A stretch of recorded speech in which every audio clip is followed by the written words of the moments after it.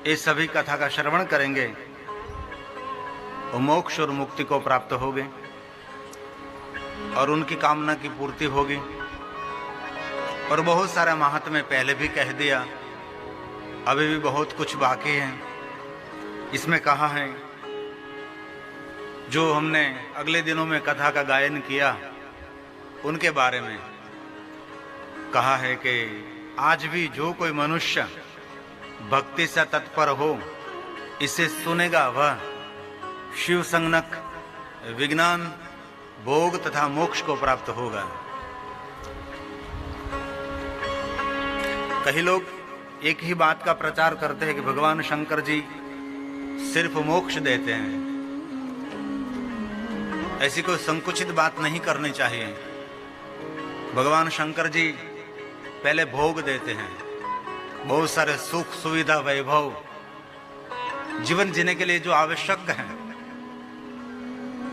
ये भोग से उग जाते हैं, तब उनको मोक्ष के द्वार खुलते हैं और बाद में मुक्ति की ओर यात्रा करते हैं।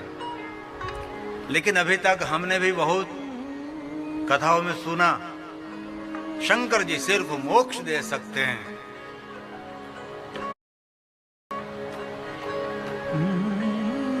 और कुछ नहीं दे सकते। और कहीं कहीं वक्ता तो ऐसा भी बोलते थे, शमशान में रहने वाला देव क्या दे सकता है। हमने बहुत कुछ सुन लिया है सभी, हम भी ऐसा मानने लगे थे कि सही बात है, उनके पास कुछ भी नहीं। और डराते भी थे कि जो शिव जी के साथ न करे तो घर में सर्प निकलेगा, क्योंकि शिव जी के पास सर्प रहता है।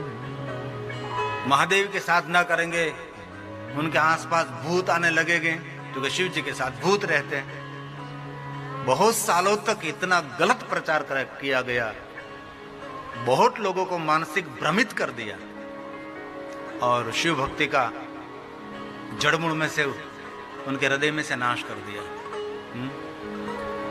और बहुत सारे शिव भक्त महादेव की भक्ति को छोड़कर अन्य स्थान पर भटक गए।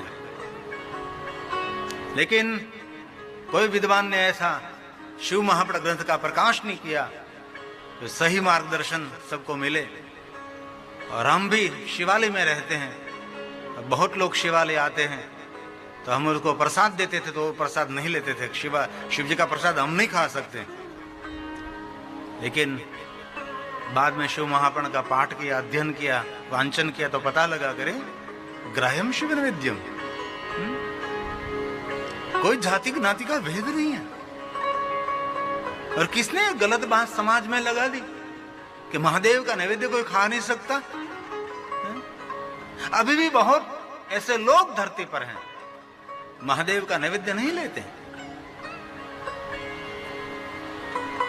अरे कोई कोई गांव तो ऐसे भी हैं, हम गए भी हैं वहां शिव कथा गाने के लिए। जब शिव कथा का प्रारंभ होता है तो लोग गांव छोड़कर दूसरे गांव चले जाते हैं। हम शिव का नाम, शिव तो नहीं बोलते, उनका नाम नहीं सुन सकते हम। लेकिन आपको ये पता होना चाहिए कि आपके इष्ट शंकर है। आपका जो भगवान है ना, जिनकी आप पूजा करते हैं, उसका भगवान शिव है। लेकिन उनको कौन समझावे।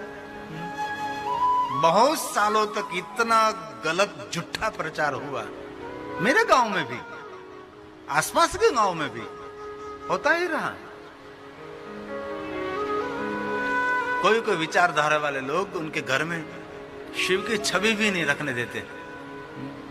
हमने नजरों से सब कुछ देखा है, हमने अनुभव किया है,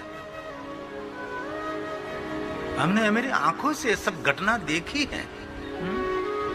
और ये भी हमने देखा है, शिवालय कोई नहीं आता था, पूरा साल चला जाता था।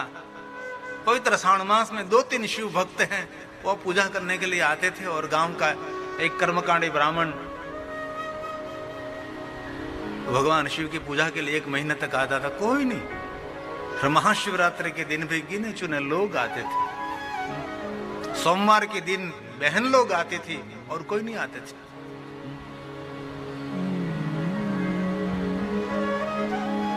हम बहुत उम्र में छोटे थे तब हम कहीं सुनते थे शिव कथा हो रही है तो इतना आनंद आता था, कोई शिव कथा कोई गा रहा है। कोई वक्ता भी नहीं थे शिव कथा के। एक हमारे सुरनगर वाले जो भावनगर रहते हैं, वे वृद्ध हमारे दयागिरी बापू, वो गाते थे। बाद में गिरी बापू गारियाधर वाले वो गाते थे। महपत गिरी गिरिवर बापू तड़ाजा वो गाते थे, और कोई नहीं था। बहुत लोगों को तो शिव कथा का सपना भी नहीं आता था कि शिव कथा गानी चाहिए, कहनी चाहिए, कुछ भी नहीं होता था।